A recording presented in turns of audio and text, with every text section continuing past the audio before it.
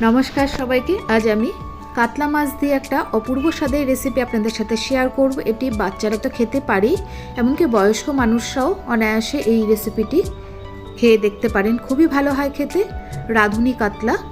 তো এটি রুই মাছ দিয়েও করা যায়। প্রথমে আমি মাছগুলোকে ভালো করে ধুয়ে নিয়ে জল ঝরিয়ে লবণ আর হলুদ দিয়ে সর্ষের তেলে এপিট ওপিট করে লাল করে ভেজে নেব। এরপর একটা মশলার পেস্ট তৈরি করে রাখবো।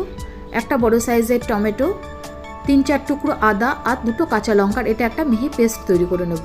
এখানে আমি বেশ কিছু সবজির ব্যবহার করেছিলাম, ঝিঙে, পটল আর আলু। এগুলোকে লম্বা করে আমি কেটে নেব। এরপর কড়াইতে সাদা জিরে ফোড়ন দেব 1/2 চামচ পরিমাণ। সব সবজিগুলো আমি তেলে দিয়ে ভালো করে ভেজে নেব লবণ আর হলুদ দিয়ে। ভালো করে লাল করে ভেজে নিতে হবে, দেখবেন যেন পুড়ে না যায়।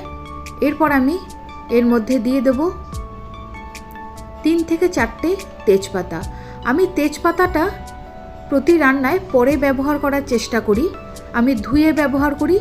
আর আমি আমার শাশুড়ি মায়ের কাছে শুনেছিলাম যে তেজপাতা পরে ব্যবহার করলে এর গন্ধটা নাকি খুবই ভালো হয়, সে কারণে আমি পরে তেজপাতাটা ব্যবহার করি বেশিরভাগ রান্নাতেই। এরপর আমি যে আদা, কাঁচা লঙ্কা, টমেটোর যে পেস্টটা তৈরি করে রেখেছিলাম, এটা ভেজে রাখা সবজির মধ্যে আমি দিয়ে দেব 1/2 চামচ পরিমাণ হলুদ গুঁড়ো, 1/2 চামচ লবণ। ভালো করে এগুলোকে নাড়াচাড়া করে নিতে হবে। দিয়ে মশলাটাকে আমি কষিয়ে নেব যতক্ষণ না তেল ছেড়ে বেরিয়ে আসে। মশলা তেল ছেড়ে বেরিয়ে আসলে এর মধ্যে আমি বড় বাটির 1 বাটি পরিমাণ জল দিয়ে ঢাকা দিয়ে ঝোলটাকে ফুটিয়ে নেব।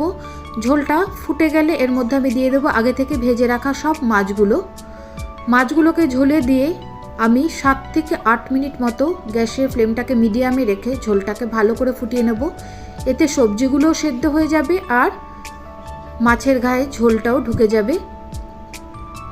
7-8 মিনিট পর আমি ঢাকা খুলে একটা